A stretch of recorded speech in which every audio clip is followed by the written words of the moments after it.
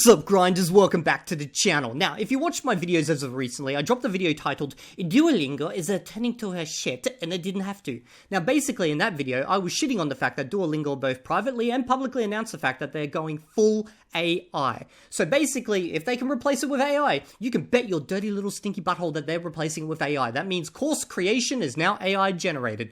Friggin' course scalability is AI generated. Everything's gonna be AI. Hell, we don't even know if anyone works there anymore. This could be the friggin' birth of Cybernet. But anyway, they spoke about that, I shat on it, and then I spoke about the golden days of Duolingo, which was basically back when they had humans involved, and they were using, volunteers to work on various courses, create courses, generate the community around it, basically create something that was actually useful for people. And they had a bunch of other features like forums and notes, etc., etc.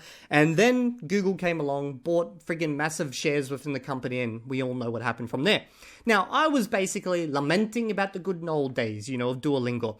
And funnily enough, someone started discussing in my Discord about a new app which is basically trying to be the early Duolingo. It's trying to bring back all the things that made Duolingo acceptable in the early days. And the name of this app in question is called Lingonaut. Now, normally when someone talks about a new app, I'll go to the webpage, scroll down and go, it looks like a WordPress knockoff website. Yeah, it's not going to do anything. But I dived into it a little bit, and it turns out that this has a freaking huge community. Look at this. I'm on the subreddit. They've got 13k members, and their app, their beta, literally came out yesterday.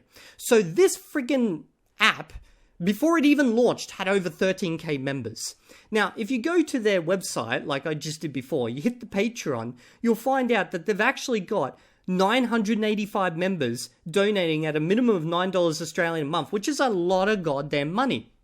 So, this app is already successful. There is obviously a desire to have the good olden days of Duolingo back. It kind of reminds me of how, everyone wanted World of Warcraft Classic back, They just wanted to go back to the good times. None of this friggin' fully commercialized shit. Now, I'm going to look at this, but I'm going to look at this from a different perspective. I'm not going to look at this from the perspective of a language learning tool, how well it teaches, etc., because they're literally in their beta stage. Why would I focus on that? Let's give it 6 months and we'll come back to that. But I do want to focus on how they presented themselves because, well, funnily enough, I don't think anyone's asked the important question. Now, let's go have a look at their subreddit. If you go look at the description, it says, the open language learning app to teach and not to profit. So they're basically presenting themselves in the way that they are what Duolingo was meant to be. Remember, early Duolingo spoke about making language learning free, etc., etc. And they're right here doing the exact same shit old Duolingo used to do. But they're saying that they're an open language learning and they're to teach and not to profit. So let's break these down into their parts. What does open mean? Well, it could mean the fact that they are also open to having volunteers come in, create courses for them and, do a lot of the heavy lifting, promote them, etc. Or it could mean that they're open source. So I did a search and there's really not that much of a discussion around it, but I did find this little thread right here. Open source developer contribution. Are they open source? And if you scroll through and read this, no, they're not. Well, at least they're not open source right now. They may become open source in the future. So what does this mean? Well, it could mean a number of things, okay? Open source doesn't necessarily equal good. Open source usually means that if you try to do something shitty, like what happened in the Godot community, then some random version of Godot will spawn into a new version called Godot, and then suddenly now you've got multiple versions of the same engine, and then people can continue it on. Now, it also means that if something happens to the project, let's say the original creators disappear, then someone else can continue the project on under a spawned off new version of the app.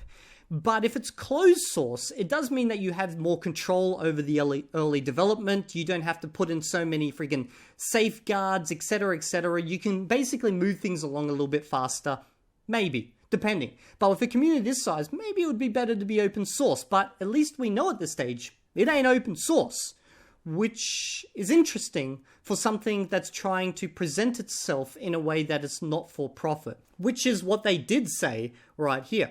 Not to profit. So let's look into that.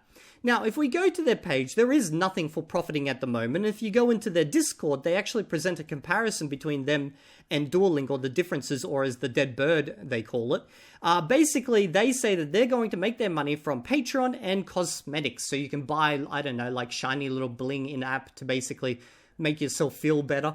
But like, that's pretty much it. Just Patreon and that, which implies that, you know, you're going to have access to absolutely everything free of charge. You're not going to be hit with ads or anything like that. They literally say it right there. But if we go back to their webpage and we scroll past all the goodies right here and we go right down to the bottom, this is what I want to discuss. See, I've worked in the startup space. A startup is a new company that, you know, has some goal. We don't know what it is, but basically it's a brand new company.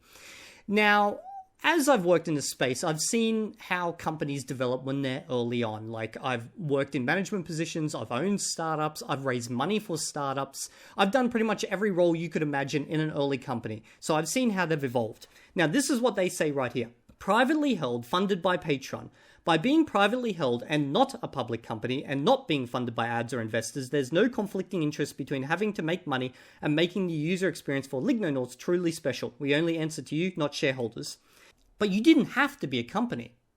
If you truly wanted to create like a app where people could come together, build a product that's just to learn languages, etc., you could have just been a non-profit, like Wikipedia was when it started out. Like, you don't have to be a company, which is the interesting side of things. Now, I will come back to this all in a second, but let's go have a look at that company.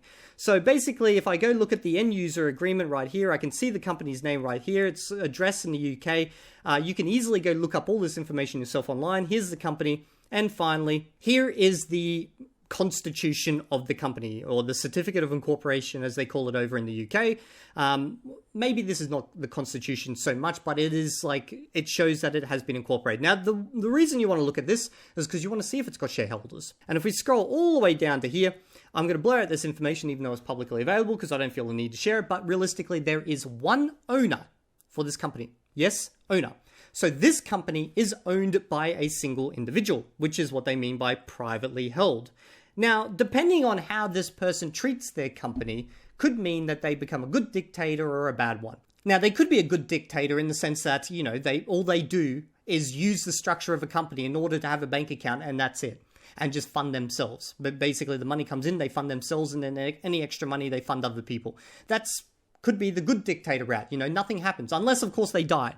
In which case, most likely they've got a will in place, or they don't have a will, but someone else is going to inherit it. And who knows, you know, at that stage, it's anyone's guess. Or they could become pretty much like every other single private company out there that gets a growing user base. So imagine this is what would probably happen. Let's say that this company continues to grow, which is obviously the hope of the creator and the community around it, because you want it to grow, yeah? Now, it continues to grow. Let's say they get a couple of 100,000 users.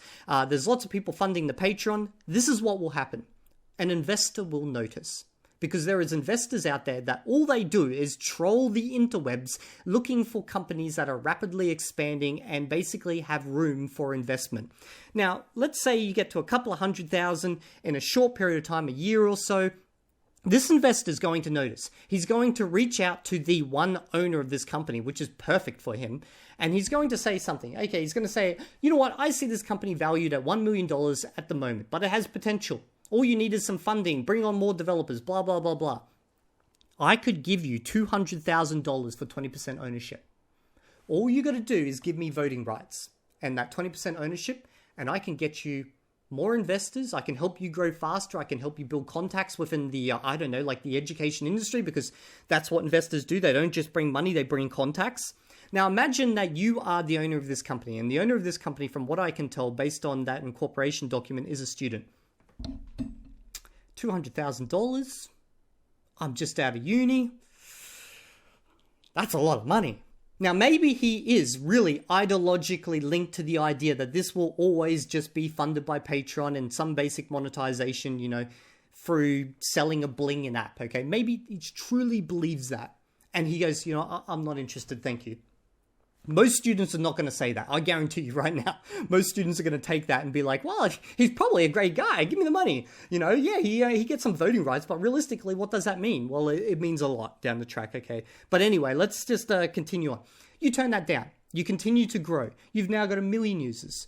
There's going to be a bigger investor, and they're going to come in with more money, and they're going to drop that on the table, and you never know. At some stage, they might say, we'll give you $1 million, plus then you can get another $1 million investing shares, which if you continue to work for the company over the next year or so, you will then get extra stock in the company or whatever. They'll present all these different scenarios, but basically you're just going to see dollar signs. Now, most people are not going to be able to turn that down, which is why if you truly want to follow the route of being a not-for-profit company, you can't be a company. You can't be a company. You got to be a not-for-profit, because there's going to be a point at which, assuming this thing is successful and continues to grow, that you will no longer be able to turn that down. There's hardly anyone out there who can do this. So what does this mean? Why am I talking about this? Because at the moment, they're at the stage where very soon they're going to need people to come in and create courses. Now, I know there's been discussion around this, like the ownership of the courses. How is that ownership's going to work? I haven't seen too many details on it. But let's just say that the owner says, all courses belong to you guys. I have no ownership. I only own the software, the framework, okay? But you guys continue to own the courses. So if at any point you and the other co-course creators, because who knows how this is legally structured, if you guys all work together and decide, fuck this app, I don't like this guy, he's out here scamming or something, you can take your content and go. But what are you going to do with it? You've probably designed it using the system that they've built. There is no other app out there where you can just slot that shit into. Now, you may just go, well, I'm not going to work on it anymore, which is what happened with a lot of the Duolingo ones. That works out great for the company. Or eventually, if it does grow big enough, he gets investors and then he does go public, you're going to get bought out. Now, assuming you can't get bought out, well, if you're at that stage, they'll just recreate those courses. That's pretty much how it works.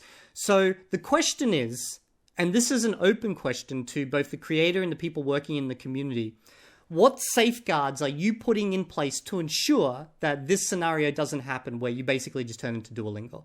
Because at the moment, you're on the perfect path to becoming Duolingo. You have the perfect company structure for it. You're taking up what Duolingo did, you're taking the interest of what Duolingo's got, you're building out basically the same infrastructure. It's a really good infrastructure, and it's what I do want to see. However, I would prefer that this was completely an actual non-profit. Otherwise, it's just going to come another Duolingo, and there's going to be another person who profits greatly off of this. Now, if that's the end goal, I have no issues with that. After all, there's one guy who built all of this. He's put on all this effort. He deserves the money. If he wants to sell shares, go ahead. Just be honest about it. Because right here, not being funded by ads or investors, Duolingo said the exact same shit at the start. Not funded by ads. I don't remember if they said investors, but they come. I guarantee they come. And there's no conflicting interest between having to make money and making the user experience for Lingonauts truly special. Now, maybe if there's enough Patreon investors that he will be able to hold on for longer. Realistically, it depends on how many Patreon investors he has. So the more Patreon investors he has, the longer he can hold out against investors. That's pretty much it. That's my thoughts on the matter. I would love to actually hear from the creator and the people working in this community about how they're going to avoid becoming Duolingo, because at this moment, it's just an early Duolingo. Okay, that's pretty much it. I'll see you all in the next video. And if you're not there, well, then I assume you're creating a course for Lingonauts. By the way, I hope the app is really successful. I do. I really liked what Duolingo did community-wise at the beginning. I just have my real concerns here that it's just going to follow the same route in 5 to 10 years.